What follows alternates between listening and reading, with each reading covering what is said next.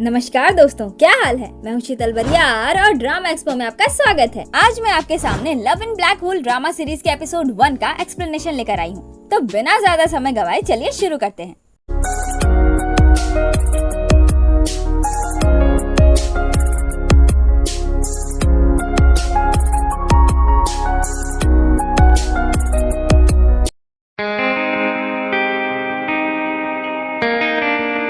Episode की शुरुआत सुहावने से मौसम से होती है, जहां एक लड़का एक पार्क में लोगों के सामने गाना गा रहा होता है और 3 लोग उसके गाने सुन रहे होते हैं। सो आई गेस ये अभी स्ट्रगल पीरियड में है, यानी कि अपने सपनों को अचीव करने के लिए संघर्ष कर रहा है।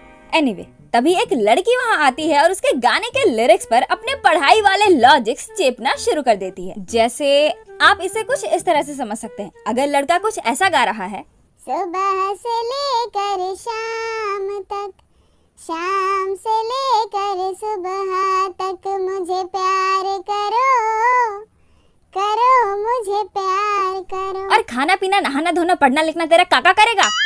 चांद से फारिश जो करता हमारी, देता वो तुमको बता। ओए पपलू, सुन मेरी बात। वो चांद है, तेरे चाचा के मामा का बुआ का ताऊ नहीं है जो तेरी सिफारिश करेगा। हमें व्हाट द हेक यार, तुझे नहीं पता है कि वो चांद है, एक सैटेलाइट जो बात नहीं कर सकता है। क्या यार, एक कॉलेज स्टूडेंट होकर के ऐसे लिरिक्स लिखता है। Be practical. बेकार पढ़ाई लिखाई कर ली तूने, पैसा बर्बाद पहन। इसकी पटर पटर से पता चलता है कि ये दोनों एक कॉलेज में पढ़ते हैं और एस्ट्रोनॉमी स्टूडेंट है, यानी कि जो लोग चांद सितारे ग्रह आकाशगंगा वगैरह वगैरह की पढ़ाई करते हैं। हाँ, तो चटर पटर की वजह से बेचारा पपलू पूरा गाना गा ही नहीं पाता। फिर पता चलता है कि ये चटर पटर इस पपलू के प्यार वाले गाने के लिरिक्स को लेकर इतना पटर पटर इसलिए कर रही थी क्योंकि हाल ही में इसका ब्रेकअप हो गया। These nibbies I tell you। अच्छा सॉरी, लगता है कुछ ज्यादा ही भड़क गई। हम एपिसोड पर आते हैं। कुछ दिन पहले की बात है। अपनी चटर पटर अपने बॉयफ्रेंड जोसेफ के साथ एक रेस्टोरेंट में खाते खाते बातें कर रही थी। यहाँ पर मैं आपको एक बात बता दूं कि अपनी चटर पटर दूसरी लड़कियों की तरह बिल्कुल नहीं है। जनरली क्या होता है कि लड़कियाँ अपनी अपीयरेंस, पहनावा, वजन वगैरह वगैरह पर बहुत ध्यान देती है, और खासकर जब उसका बॉयफ्रेंड उसके सामने हो तब तो कुछ ज्यादा ही। पर अपनी चटर पटर को इन सब चीजों से कोई फर्क नहीं पड़ता। वो लोगों के सामने ज्यादा रिजर्व नहीं रहती है, बिल्कुल रियल रहती है। और इस बात का पता इसके चेहरे पर लगे केक से ही लग जाता है। कोई और रहता तो शायद पूछ लेता, बट इसको घंटा फर्क नहीं पड़ता। पर इसके बॉयफ्रेंड को यही चीज पसंद नहीं आ रही कि ये नॉर्मल लड़कियों की तरह नहीं है, और वो उसे ब्रेकअप कर लेता है ये बोलकर कि तुम्हारे साथ टाइम स्पेंड करना मुझे अपना टाइम वेस्ट लगता है। कैसा ग्रीन मैंगो मैन इंसान है। Exactly। अपनी चटर पटर का नाम शिम युनहा है, जो पढ़ने में काफी अच्छी है। ब्रेकअप के बाद युनहा डिप्रेस्ड, वो एक नशेड़ी की तरह पिए जा रही है और उसे संभाल रहा है ये, जी हाँ, अपना पपलू। पपलू बोलता है, हे पीना बंद करो वरना बाल सफेद हो जाएंगे तुम्हारे। युनहा उसकी बातों पर ध्यान ना देते हुए बोलती है, उसके लिए मेरे साथ टाइम स्पेंड करना टाइम की बर्बादी थी। लगता है सिर्फ मैं ही हूँ जो हमारे रिलेशनशिप को लेकर सीरियस थी। आई नो कि टाइम रिलेटिव होता है, पर पपलू उसकी बात काटते हुए बोलता है, बस अब तुम फिर से कोई थ्योरी लेकर मत बैठ जाना। हर जगह अपने किताबी कीड़े वाली खिटपिट घुसाने की जरूरत नहीं है। युनहा बोलती है, क्या मैं डेटिंग के लायक नहीं हूँ? पपलू बोलता है, नहीं यार ऐसा नहीं है, पर तुममें थोड़ी सी इमोशंस की कमी है। युनहा बोलती है, सारे रिलेशनशिप्स एक ही जैसे नहीं होते, समझे ना? और तुम कौन सा इमोशन से भरे हुए हो, वरना अब तक सिंगल थोड़ी रहते। पपलू भी लाइक, बेटा ज्यादा बोल रही है तू। युनहा बोलती है, अच्छा ठीक है, चलो एक और ड्रिंक पीते हैं। एक्चुअली ये दोनों बेस्ट फ्रेंड्स हैं और बचपन से ही साथ हैं। बचपन में एक बार अपना छोटा पपलू रो रहा था क्योंकि एक लड़की ने उसका प्रपोजल रिजेक्ट कर दिया था। घोर कलयुग आ गया रे बाबा, ये दुनिया तो रसातल में जा रही है। जिस उम्र में हमें अपने नाक पोंछने से भी फुर्सत नहीं मिलती थी, उस उम्र में ये बच्चे प्यार कर रहे हैं। एंड यू नो व्हाट, छोटे पपलू ने आम तरीके से नहीं बल्कि एथलीट मीट के टाइम पर सबके सामने उस लड़की को प्रपोज किया था। इसीलिए छोटी युनहा बोलती है कि तुम्हें सबके सामने उसे प्रपोज करने की क्या जरूरत थी। छोटा पपलू बोलता है, तुमने कोरियन ड्रामा नहीं देखा क्या? उसमें सब लोग इसी तरह भीड़ भाड़ वाले इलाके में सबके सामने प्रपोज करते हैं। ये सब क्या देखना पड़ रहा है? अच्छा है मैं अंधा हूँ। ये दोनों बचपन से ही एक दूसरे के साथ हैं और एक दूसरे के अच्छे से अच्छे और शर्मनाक से शर्मनाक पल साथ में देखे हैं। जितना ये दोनों खुद के बारे में नहीं जानते होंगे, उससे ज्यादा एक दूसरे के बारे में जानते हैं। एनीवे, फिर कहानी प्रेजेंट में आती है, जहाँ अपने पपलू का गाना बर्बाद करने के बाद ये दोनों चलते चलते बातें कर रहे होते हैं, जिसमें पता चलता है कि युनहा जहाँ पहले रहती थी वहाँ से किसी दूसरे जगह पर शिफ्ट होने वाली थी, जो उसके एक्स बॉयफ्रेंड के घर के नजदीक ही है। एक्चुअली उसने वो घर ब्रेकअप के पहले ही रेंट पर ले लिया था, तो जाहिर है कि अब वो तुरंत किसी दूसरे जगह पर फिर से शिफ्ट नहीं हो सकती। अब उसे वहीं पर रहना पड़ेगा, कॉज पैसे जो पे कर चुकी है, और दूसरी बात घर भी तो इतनी आसानी से नहीं मिलता ना। हाँ, तो इसी बात पर पपलू से टीज करते हुए बोलता है कि तुम्हारे नए घर का क्या? तुमने बताया था कि तुम अपने बॉयफ्रेंड के घर के नजदीक के किसी घर में शिफ्ट होने वाली हो। इस हिसाब से तो तुम दोनों पड़ोसी हुए, तुम्हें अपने पड़ोसी को ग्रीट करना चाहिए। एंड युना भी लाइक तेरी तो रुक। पर पपलू को मारने के चक्कर में वो किसी दूसरे बंदे से टकरा जाती। वो बंदा बड़े अदब से रूड वे में बोलता है, कुछ करने से पहले इधर उधर ध्यान दे दिया करो, और फिर वहाँ से चला जाता है। तो इसी तरह से युनहा का पोपट हो जाता है और पपलू हंसने लगता है।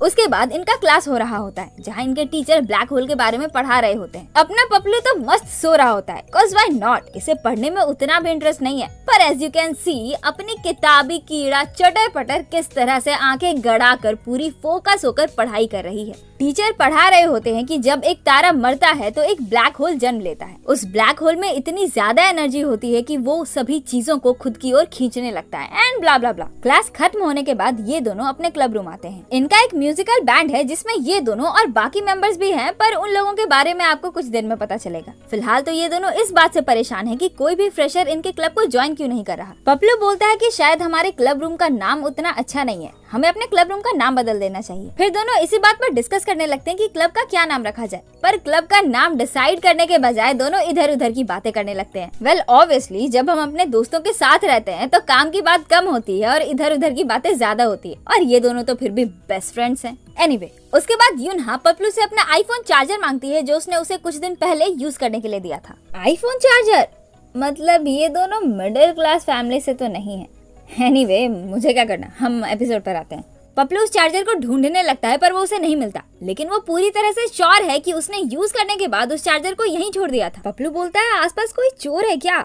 आजकल चीजें कुछ ज्यादा ही गायब हो रही है। हेम्युंग ने भी कहा था कि उसका बॉटल खो गया, जो उसने इसी रूम में रखा था। युनहा बोलती है, पूरे क्लब रूम का इसी तरह से कबाड़ा बनाकर रखोगे तो घंटा कोई चीज मिलेगी। उसके बाद युनहा को अपना सारा सामान नए घर में शिफ्ट करना होता है, इसलिए वो पपलू से हेल्प मांगती है, पर पपलू मना कर देता है क्योंकि कल उसका ऑडिशन है। युनहा भी लाइक, क्या यार, एक तुम ही तो हो जो मेरी मदद कर सकते हो, अब तुम भी ऐसे करोगे तो कैसे चलेगा। तभी वहाँ हेम्युंग आता है, वही बंदा जिसका बॉटल खो गया था। मैं आपको बता दूं कि ये भी इनके क्लब का ही एक मेंबर है और युनहा और पपलू का जूनियर है। उसे देखकर युनहा खुश हो जाती है। वो झट से उसके पास जाकर सामान शिफ्ट करने में उसकी हेल्प मांगती है, और बेचारे को मानना पड़ता है क्योंकि युनहा ने भी उसकी बहुत मदद की थी एग्जाम सैंपल्स एंड ऑल देकर। फिर दूसरे दिन हेम्युंग शिफ्टिंग में युनहा की मदद करता है। हेम्युंग की पर्सनालिटी बहुत ही पॉजिटिव और स्वीट से बच्चे जैसी है, और युनहा भी उसे बिल्कुल एक बच्चे जैसा ही ट्रीट करती है। हेल्प करने के बाद युनहा उसे वादा करती है कि वो उसे खाने का ट्रीट देगी जिसमें वो जो चाहे वो खा सकता है। दोनों बातें ही कर रहे होते हैं कि तभी एक बॉटल कहीं से लुढ़कता हुआ हेम्युंग के पैर से आकर टकरा जाता है। उस बॉटल को देखकर हेम्युंग हैरान हो जाता है।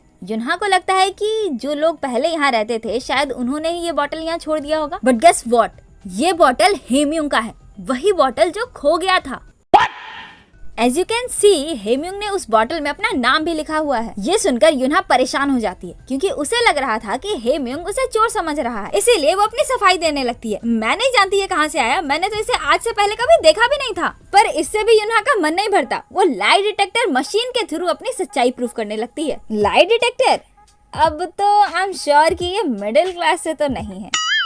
एनीवे, हेम्युंग भी लाइक, आपको ये करने की जरूरत नहीं, बट युनहा तो युनहा है, वो उसकी सुने भला। तो वो लाई डिटेक्टर के जरिए अपनी बेगुनाही प्रूव कर देती है। हेम्युंग बोलता है, मुझे आपकी बातों पर भरोसा है, इतनी सी चीज के लिए आपको इस हद तक जाने की जरूरत नहीं थी। युनहा बोलती है, फिर भी इल्जाम तो मुझ पर ही आ रहा था ना, खैर छोड़ो। पर ये बॉटल यहाँ आया कैसे? ऐसा तो नहीं है कि इसके पैर लगे हैं जो ये खुद ब खुद यहाँ आ जाएगा। हेम्युंग बोलता है, वही तो, और ये लिमिटेड एडिशन है, इतनी आसानी से सबको नहीं मिलता। दोनों बातें ही कर रहे होते हैं कि तभी हेमयूंग की नजर रूम के कोने पर पड़ती है जो थोड़ा काला पड़ा हुआ था। उन दोनों को लगता है कि वो मोल्ड है, अपनी भाषा में बोले तो फुफुंदी, जो अक्सर बारिश के मौसम में आपको ब्रेड पर देखने को मिल जाती है। एनीवे, हेमयूंग उसे वहाँ से साफ करने की कोशिश करता है पर वो नहीं निकलता। युनहा बोलती है रहने दो, कल मैं लैंडलॉर्ड को बोलकर हटवा दूंगी, अभी तुम घर जाओ, काफी देर हो चुकी है और आज के लिए तुम्हारा बहुत शुक्रिया। फिर रात को सारी चीजें फिक्स करने के बाद युनहा खिड़की से बाहर आसमान की ओर देख रही होती है, तभी उसे टूटते हुए तारे नजर आते हैं। युनहा विश मांगती है कि मुझे किसी ऐसे से मिला दो जो मुझसे सच्चा प्यार करे।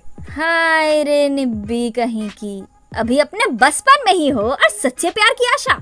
अरे पढ़ाई कर लो थोड़ा। उसके बाद रात को जब युनहा सो रही होती है, तभी दीवार के उसी कोने से जिसे देखकर लग रहा था कि वो फुफुंदी है, अचानक से सफेद रोशनी के साथ चमकने लगता है और पूरे अंधेरे रूम में रोशनी हो जाती है। अरे बाबा, अब ये क्या है? युनहा क्लूलेस होकर के सोई हुई होती है, तभी कुछ गिरने की आवाज आती है और युनहा की नींद खुल जाती है और इसी के साथ ये एपिसोड यहीं पर खत्म हो जाता है। तो कैसा लगा आपको ये एपिसोड? कमेंट करके जरूर बताइएगा। और हाँ, हमारे इंस्टाग्राम अकाउंट को भी फॉलो कर लीजिए, अकाउंट का लिंक हमारे डिस्क्रिप्शन में भी है और साथ ही आपके स्क्रीन पर भी फ्लैश हो रहा है। और अगर ये वीडियो आपको अच्छी लगी तो एक लाइक कर दीजिए, अपने ड्रामा लवर दोस्तों के साथ इसे शेयर कर दीजिए और अगर आप इस चैनल पर नए हैं तो चैनल को सब्सक्राइब किए बिना मत जाइएगा। तो आज के लिए बस इतना ही, मिलते हैं किसी और दिन किसी और वीडियो के साथ, तब तक के लिए अलविदा, जय हिंद।